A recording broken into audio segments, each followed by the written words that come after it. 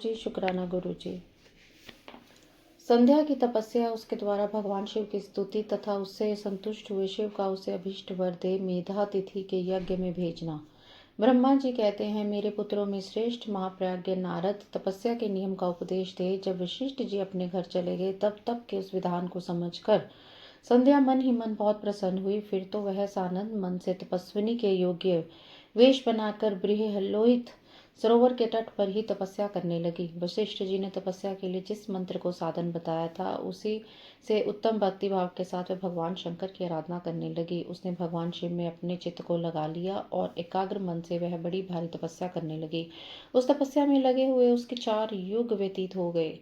तब भगवान शिव उसकी तपस्या से संतुष्ट हो बड़े प्रसन्न हुए और बाहर भीतर और आकाश में अपने स्वरूप का दर्शन कराकर जिस रूप का वह चिंतन करती थी, उसी रूप में उसकी आंखों के सामने प्रकट हो गए। उसने मन में जिनका चिंतन किया था, उन्हीं प्रभु शंकर को अपने सामने खड़ा देख वह अत्यंत आनंद में निमग्न हो गई।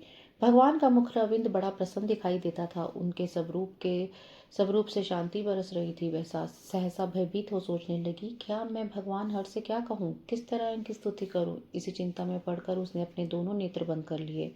नेत्र बंद कर लेने पर भगवान शिव ने उनके हृदय में प्रवेश करके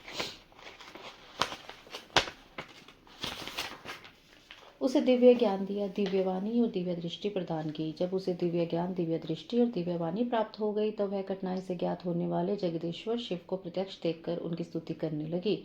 संध्या बोली, जो निराकार है और परम ज्ञान गम्य है, जो न स्थूल है न सूक्ष्म है, जो न उच्च है और ना ही उच्च ही है, तथा जिनके स्वरूप का योगी जन अपने हृदय के भीतर चिंतन करते हैं, उन्हीं लोक सृष्टा अब भगवान शिव को नमस्कार है, जिन्हें शर्व कहते हैं। जो शांत स्वरूप, निर्मल, निर्विकार और ज्ञान गम्य है, जो अपने ही प्रकाश में स्थित हो प्रकाशित होते हैं, जिनमें विकार का अत्यंत अभाव है, जो आकाश मार्ग की भांति निर्गुण निराकार बताए गए हैं, तथा जिनका रूप अज्ञान अंधकार मार्ग से सर्वथा परे है, उन नित्य प्रसन्न आप भगवान शिव को मैं प्रणाम करती हूँ, जिनका रूप एक अद्वितीय, शुद्ध, बिना माया के प्रकाशमान, सच्चिदानंदमय, सहज, निर्विकार, नित्यानंद में सत्य ऐश्वर्य से युक्त, प्रसन्न तथा लक्ष्मी को देने वाला है। उन आप भगवान शिव को नमस्कार है, जिनके स्वरूप के ज्ञान से उद्वाना होती की जा सकती है, जो इस जगत के सर्वथा भिन्न है एवं सत्व प्रधान, ध्यान के योग्य, आत्म स्वरूप, सारभूत, सबको पार लगाने वाले तथा पवित्र वस्तुओं में भी परम पवित्र हैं। उन आप महेश्वर को मेरा नमस्कार है। आप जो स्वरूप शुद्ध, मनोहर, रत्नमय आभूषणों से विभूषित तथा स्वच्छ कपूर के समान गौर वर्ण है, जिसने अपने हाथों में वर, अभय, शूल और मुंड धारण कर रखा है, उस दिव्य चिन्मय सगुण साकार विग्रह से सुशोभित आप योग युक्त भगवान शिव को नमस्कार है। आकाश, पृथ्वी, दिशाएं, जल, तेज तथा काल, ये जिनके रूप हैं, उन आप परमेश्वर को नमस्कार है। प्रधान अर्थात प्रकृति और पुरुष, जिनके शरीर रूप से प्रकट हुए हैं, अर्थात वेद दोनों जिनके शरीर हैं, इसलिए जिनका यथार्थ रूप अव्यक्त अर्थात बुद्धि आदि से परे है, उन भगवान शंकर को बारंबार नमस्कार है। जो ब्रह्मा होकर जगत की सृष्टि करते हैं, जो विष्णु होकर संसार का पालन करते हैं तथा जो रुद्र होकर अंत में सृष्टि का संहार करेंगे, उन्हीं आप भगवान सदाशिव को बारंबार नमस्कार है। जो कारण के भी कारण है, दिव्य अमृत रूप ज्ञान तथा अणिमा आदि ऐश्वर्य प्रदान करने वाले हैं, समस्त लोकांतरों का वैभव देने वाले हैं, स्वयं प्रकाश रूप हैं तथा प्रकृति से भी बड़े हैं, उन परमेश्वर शिव को नमस्कार है, नमस्कार है। संध्योवाच, निराकारं ज्ञानगम्यं परं यन्नेव स्थूलं नापि सूक्ष्मं न चोच्यम् अंतनिश्चित्यं योगी अभिस्तस्य रूपं तस्मै तुभ्यं लोकत्रये नमस्तु। सर्वं शान्तं निर्मलं निर्विकारं ज्ञानगम्यं सप्रकाशविकारं खाद्वप्रख्यं ध्वान्तमार्गतपरस्तादं रूपं यस्य त्वां नमामि प्रसन्नम्। एकं शुद्धं दीप्यमानं विनाजं चिदानन्दं सहजं चाविकारी नित्यानन्दं सत्यभूतिप्रसन्नं यस्य श्रिदं रूपमस्मै नमस्ते। विद्याकारोद्विनीयं प्रवीणं सत्त्वच्छन्दं ध्येयम् आत्मस्वरूपं सारं पारं पावनानं पवित्रं तस्मै रूपं यस्य चैवं नमस्ते।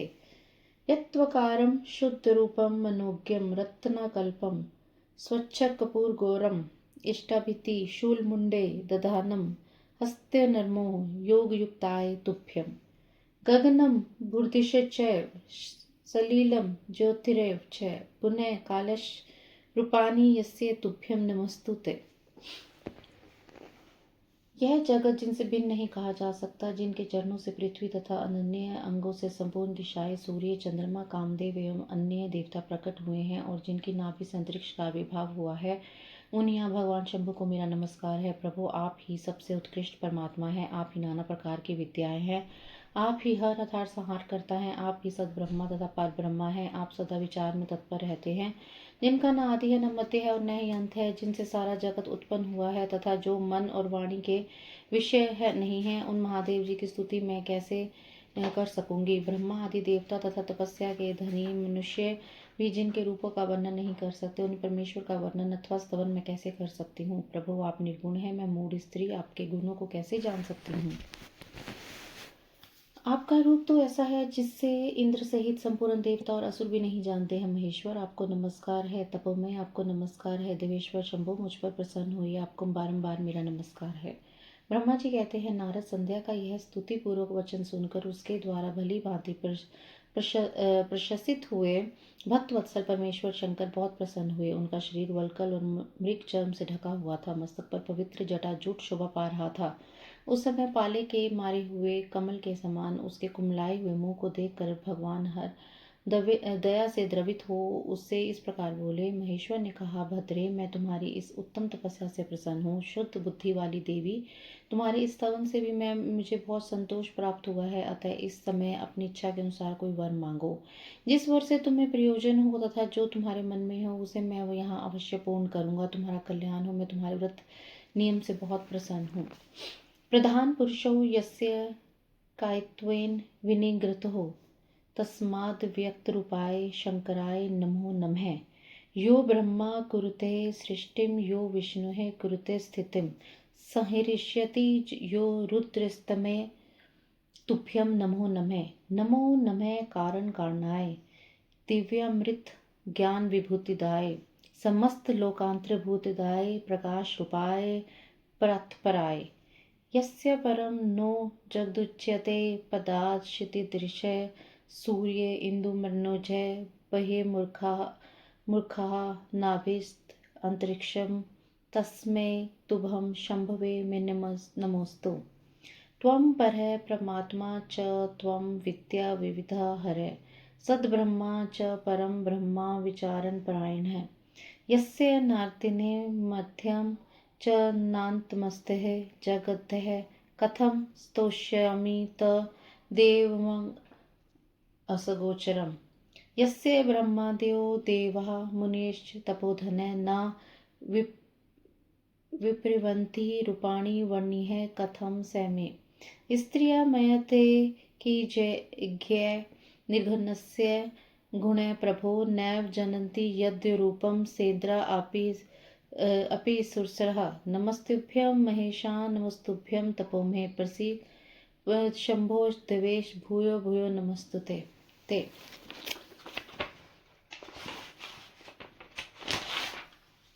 प्रसन्नचित महेश्वर का यह वचन सुनकर अत्यंत हर्ष से भरी हुई संध्या उन्हें बारंबार प्रणाम करके बोली, महेश्वर, यदि आप मुझे प्रसन्नतापूर्वक वर देना चाहते हैं, यदि मैं वर पाने के योग्य हूँ, यदि पाप से शुद्ध हो गई हूँ तथा देव यदि इस समय आप मेरी तपस्या से प्रसन्न हैं, तो मेरा मांगा हुआ यह पहला वर सफल करें। देवेश्वर, इस आकाश में पृथ्वी आदि किसी भी स्थान में जो प्राणी हैं वे सब के सब जन्म लेते ही काम भाव से युक्त न हो जाएं।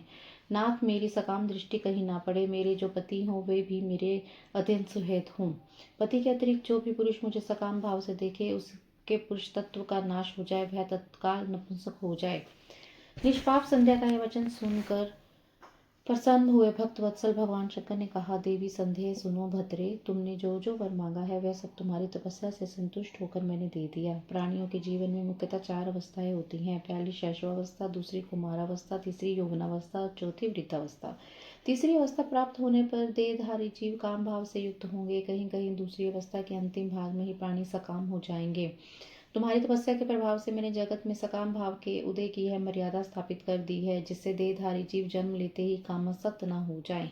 तुम्हें भी इस लोक में वैसे दिव्य सती भाव को प्राप्त करो जैसा तीनों लोकों में दूसरी किसी स्त्री के लिए संभव नहीं होगा। पानी ग्रहण करने वाले पति के सिवा जो भी कोई पुरुष सकाम होकर तुम्हारी ओर देखेगा वह तत्काल नपुंसक होकर दुर्बलता को प्राप्त हो जाएगा। तुम्हारे पति महान तपस्वी तथा दिव्य रूप से संपन्न एक महाभाग महर्षि होंगे जो तुम्हारे साथ 7 कल्पों तक जीवित रहेंगे। तुमने मुझसे जो जो वर मांगे थे वे सब मैंने पूर्ण कर दिए। अब मैं तुमसे दूसरी बात कहूंगा जो पूर्ण जन्म से संबंध रखती है।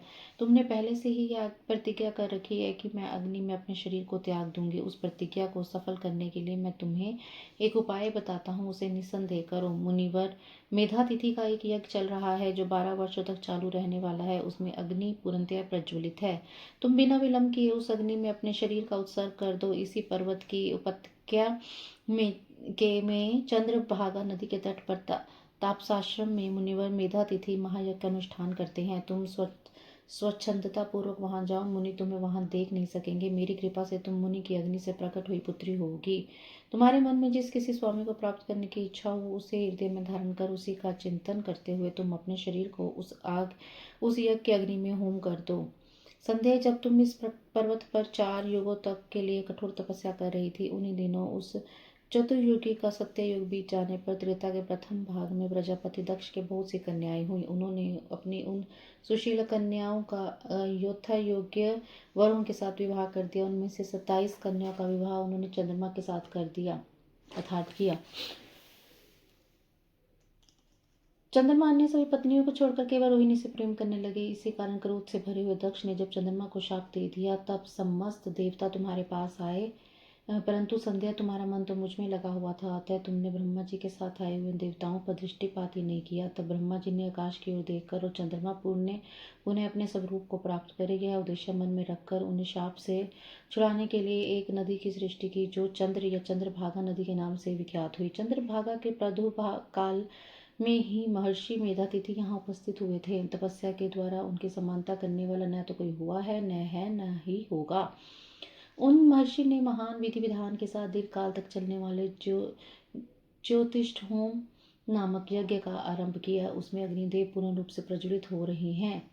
उसी आग में तुम अपने शरीर को डाल दो, परम पवित्र हो जाओ। ऐसा करने से इस समय तुम्हारी वह प्रतिज्ञा पूर्ण हो जाएगी। इस प्रकार संध्या को उसके हित का उपदेश देकर देवेश्वर भगवान शिव वही अंतर ध्यान हो गए। जय गुरु जी। शुक्राना गुरु जी।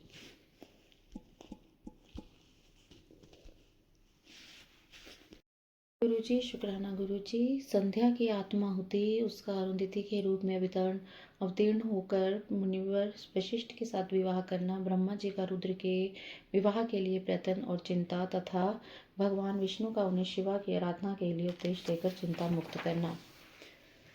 ब्रह्मा जी कहते हैं, नारद, जब वर देकर भगवान शंकर अंतर ध्यान हो गए तब संध्या भी उसी स्थान पर गई जहाँ मुनि मेधातिथि यज्ञ कर रहे थे। भगवान शंकर की कृपा से उसे किसी ने वहां नहीं देखा। उसने उस तेजस्वी ब्रह्मचारी का स्मरण किया जिसने उसके लिए तपस्या की विधि का उपदेश किया था। महामुनि, पूर्व काल में महर्षि वशिष्ठ ने मुझ परमेष्टि की आज्ञा से एक तेजस्वी ब्रह्मचारी का वेश धारण करके उसे तपस्या करने के लिए उपयोगी नियमों का उपदेश दिया था। संध्या अपने को तपस्या का उपदेश देने वाले उन्हीं ब्रह्मचारी ब्राह्मण वशिष्ठ को पति रूप में मन में रखकर उस महायज्ञ में प्रज्वलित अग्नि के समीप गई। उस समय भगवान शंकर की कृपा से मुनियों ने उसे नहीं देखा। ब्रह्मा जी की वह पुत्री बड़े हर्ष के साथ उस अग्नि में प्रविष्ट हो गई।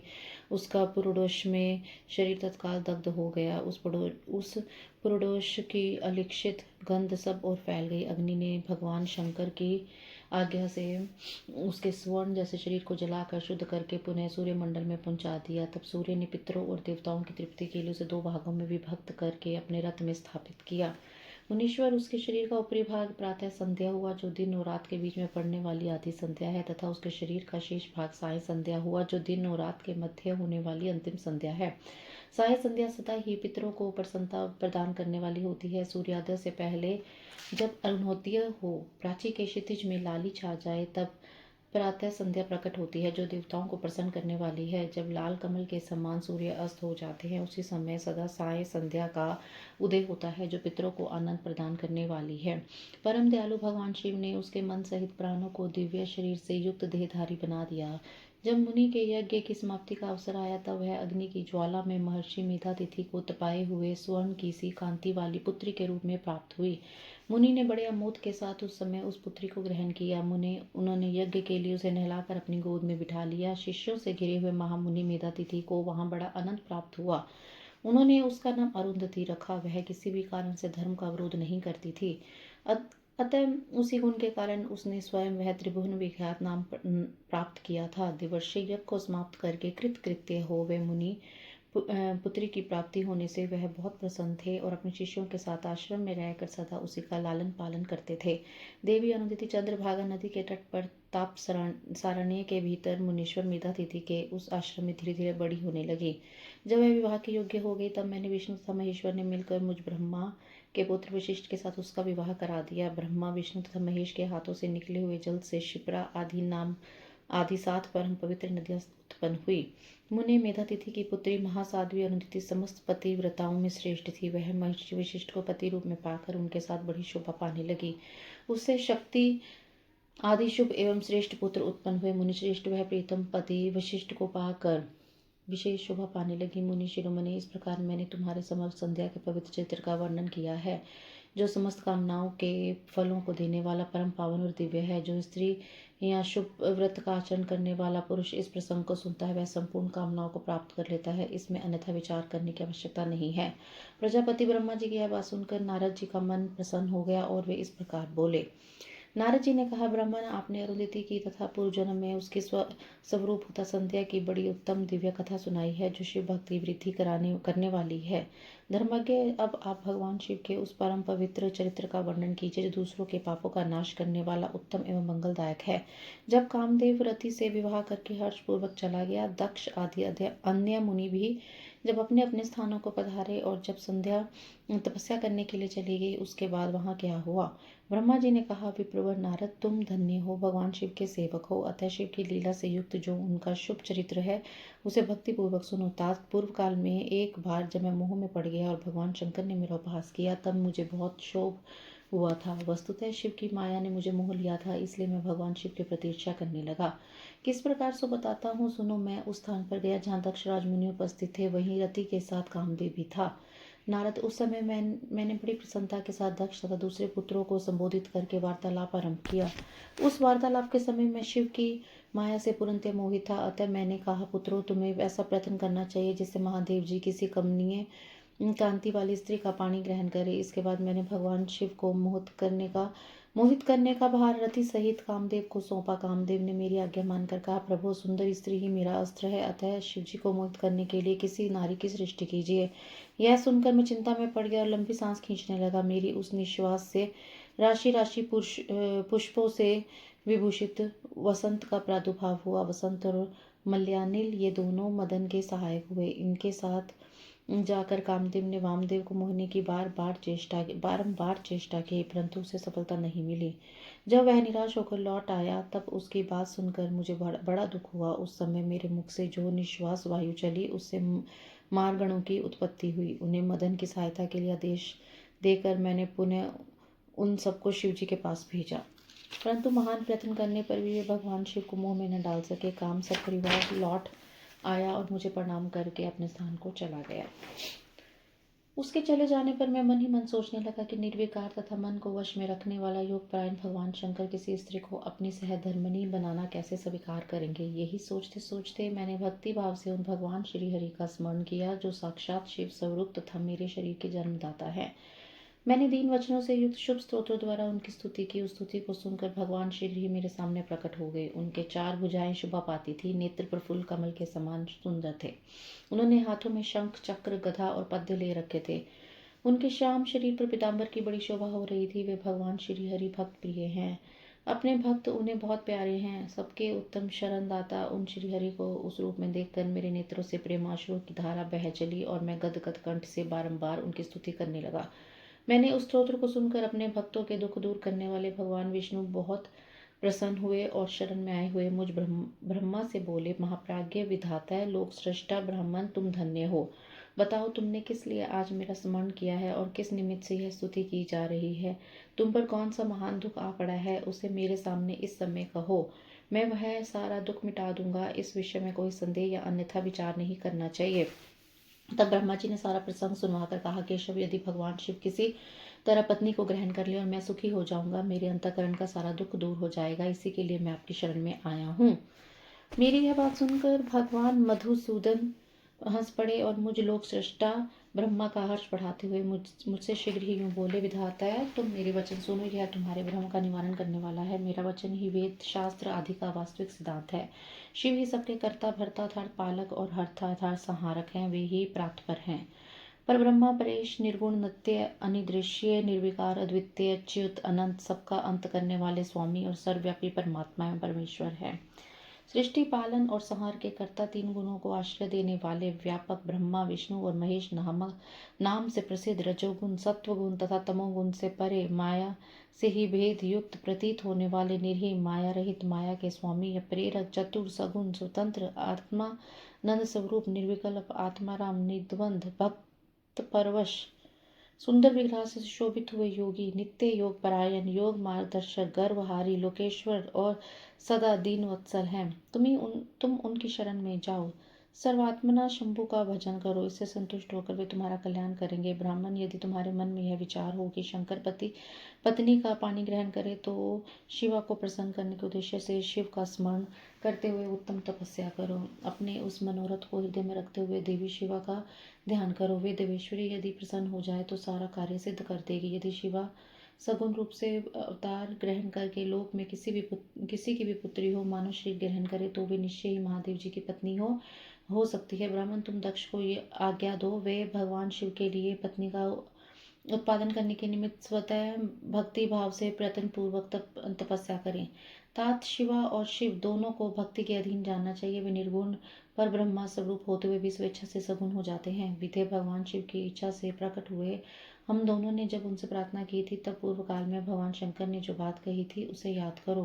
ब्राह्मण, अपनी शक्ति से सुंदर लीला विहार करने वाले निर्गुण शिव ने स्वेच्छा से सगुण होकर मुझको और तुमको प्रकट करने के पश्चात तुम्हें तो सृष्टि कार्य का करने का आदेश दिया है और उमा सहित उन अविनाशी सृष्टिकर्ता प्रभु ने मुझे उस सृष्टि के पालन का कार्य सौंपा है। फिर नाना लीला विशारद उन दयालु स्वामी ने हंसकर आकाश की ओर देखते हुए बड़े प्रेम से कहा, विष्णु, मेरा उत्कृष्ट रूप इन विधाता के अंग से इस लोक में प्रकट होगा, जिसका नाम रुद्र होगा। रुद्र का रूप ऐसा होगा जैसा मेरा है। वह मेरा पूर्ण रूप होगा। तुम दोनों को सदा उसकी पूजा करनी चाहिए। वह तुम दोनों के संपूर्ण मनोरथों की सिद्धि कराने वाला होगा। वही जगत का प्रलय करने वाला होगा। वह समस्त गुणों का दृष्टा निर्विशेष एवं उत्तम योग का पालक होगा। यद्यपि तीनों देवता मेरे ही रूप हैं, तथापि विशेषता रुद्र मेरा पूर्ण रूप होगा। पुत्रों, देवी उमा के भी तीन रूप होंगे। एक रूप का नाम लक्ष्मी होगा, जो श्री हरि की पत्नी होगी। दूसरा रूप ब्रह्मा पत्नी सरस्वती है। तीसरा रूप सती के नाम से प्रसिद्ध होगा। सती उमा का पूर्ण रूप होगी। वे ही भावी रुद्र की पत्नी होंगी। ऐसा कहकर भगवान महेश्वर हम पर कृपा करने के पश्चात वहां से अंतर्ध्यान हो गए और हम दोनों सुखपूर्वक अपने कार्य में लग गए। ब्राह्मण, समय पाकर मैं और तुम दोनों पत्नीक हो गए और साक्षात भगवान शंकर रुद्र नाम से अवतीर्ण हुए। वे इस समय कैलाश पर्वत पर निवास करते हैं। ब्रजेश्वर, जब अब शिवा भी सती नाम से अवतीर्ण होने वाली है, अतः तुम्हें उनके उत्पादन के लिए यत्न करना चाहिए। ऐसा कहकर मुझ पर भगवान विष्णु अंतर्ध्यान हो गए और मुझे उनकी बातें सुनकर बड़ा आनंद प्राप्त हुआ।